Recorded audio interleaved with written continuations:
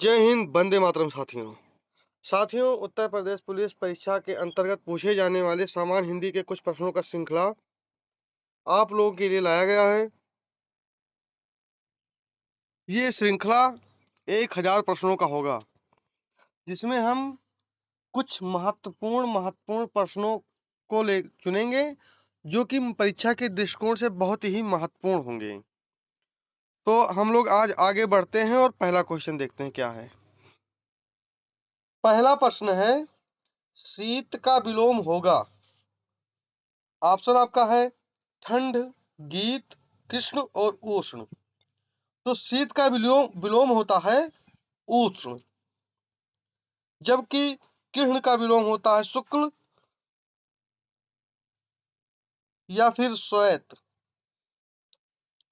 तथा ठंडा का जो विलोम होता है वो होता है गर्म। ठंड का होता है गर्म। ठीक है, आगे बढ़ते हैं, दूसरा प्रश्न देखते हैं हम लोग। दूसरा प्रश्न है, सुषुप्त का विलोम है। ऑप्शन है निषेध, सुमत, समष्ट या जागृति। तो जो सुषुप्त का विलोम होता है वो होता है जागृति, और सुमत का विलोम होता है कुमति। समष्टि का होता है व्यष्टि। प्रश्न तो आपके लिए 20 ही रहेंगे, लेकिन हम प्रत्येक ऑप्शन का जो है विलोम वो भी बता दिया करेंगे, जो कि आपके लिए बहुत ही महत्वपूर्ण साबित होंगे। अगला प्रश्न हम लोग देखते हैं। ऋजु का विलोम है। ऋजु का विलोम है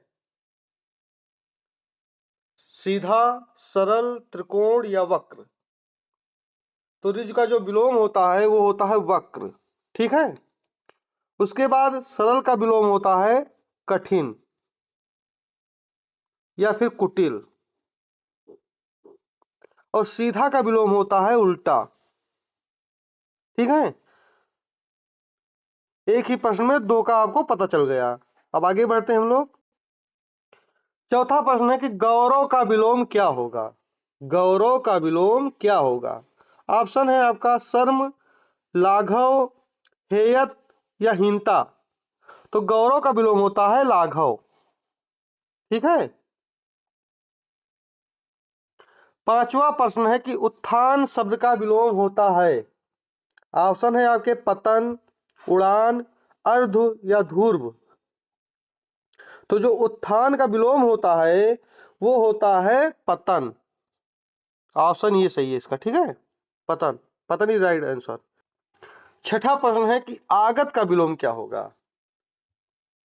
आगत का विलोम क्या होगा। आपके ऑप्शंस हैं अनागत, विगत, तथागत या फिर स्वागत। तो जो आगत का विलोम है वो होगा विगत। Option B is right answer. सातवां प्रश्न है, वृद्धि का विलोम शब्द है। वृद्धि का विलोम शब्द है। ऑप्शन है आपके अतिवृद्धि, आवृद्धि, कम वृद्धि या फिर क्षय।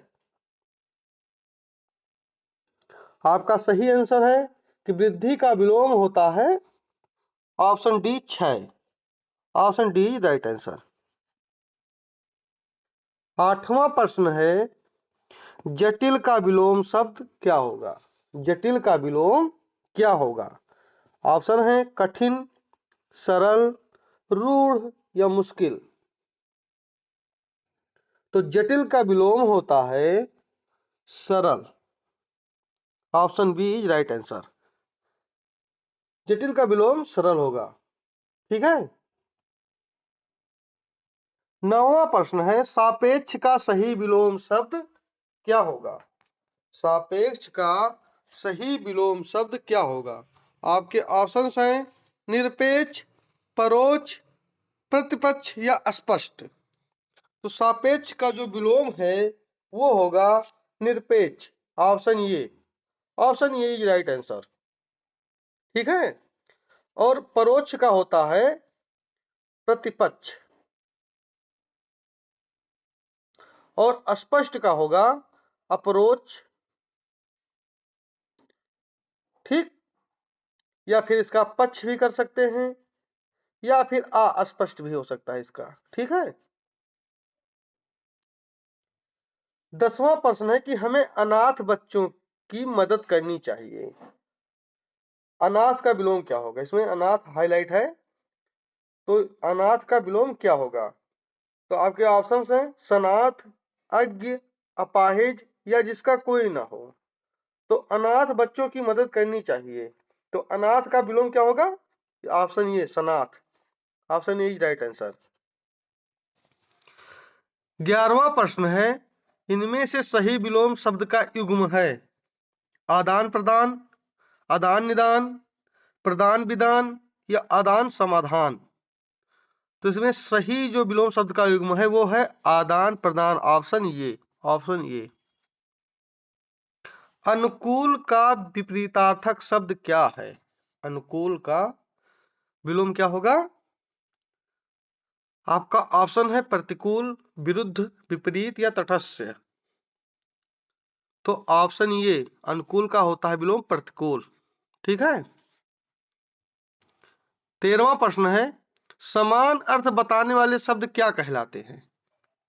समान अर्थ बताने वाले शब्द क्या कहलाते हैं? तो आपका ऑप्शन है विलोम शब्द, अनेकार्थी शब्द, पर्यायवाची शब्द या सामान्य शब्द।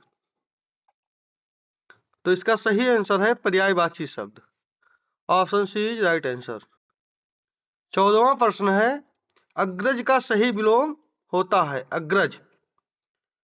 आपका ऑप्शन है अनुज, लघु, छोटा, सूक्ष्म। तो अग्रज का विलोम होगा अनुज। ऑप्शन ये अनुज। अग्रज मतलब होता है बड़ा और अनुज मतलब होता है छोटा। लघु का होगा दीर्घ मान लेते हैं, बड़ा मान लेते हैं दीर्घ। ठीक है।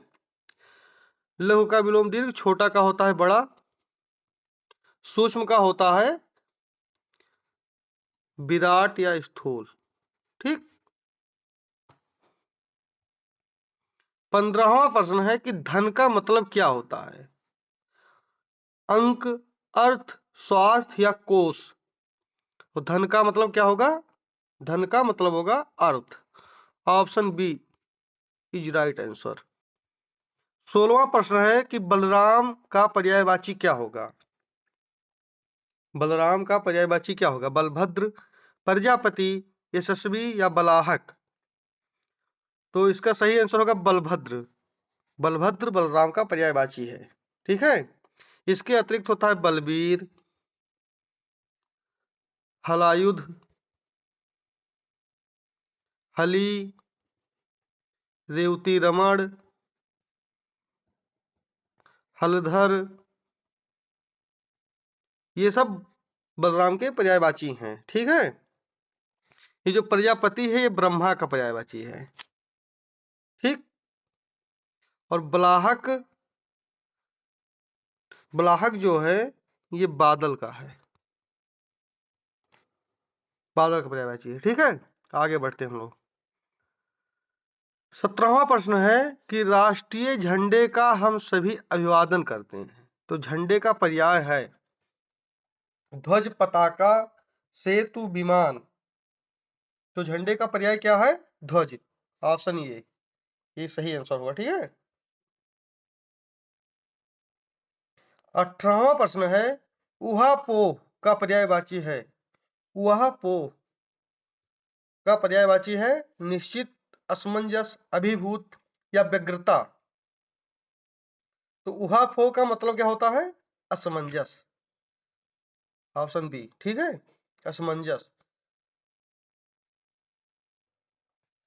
19वें नंबर का प्रश्न है कि पक्षी दाना चुग रहा है। पक्षी दाना चुग रहा है, तो पक्षी का पर्यायवाची इसमें क्या नहीं है? नहीं पूछा है कि नहीं है पर्यायवाची। तो ऑप्शन है पंकज, अंडज, खग, नभचर। तो पर्यायवाची नहीं है पंकज। पंकज होता है कमल का पर्यायवाची। ठीक। और अंडज, खग, नभचर जो है पक्षी का पर्यायवाची है। ठीक है। आगे बढ़ते हैं। 20वां प्रश्न और आज का सबसे अंतिम प्रश्न, दिए गए विकल्पों में से कौन सा विकल्प दूध का पर्याय नहीं है? दुग्ध, पेय, गोरस, अमीय। ठीक है। तो इसका ऑप्शन कौन सा सही होगा? अमीय। दुग्धपेय और गोरस दूध का पर्यायवाची होता है, ठीक है, और अमीय नहीं होता है। अमीय होता है अमृत का। तो दोस्तों उम्मीद है कि आप लोगों को ये सारे प्रश्न समझ में आए होंगे।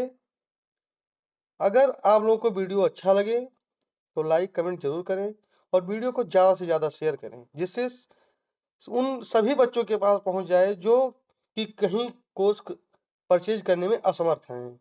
धन्यवाद।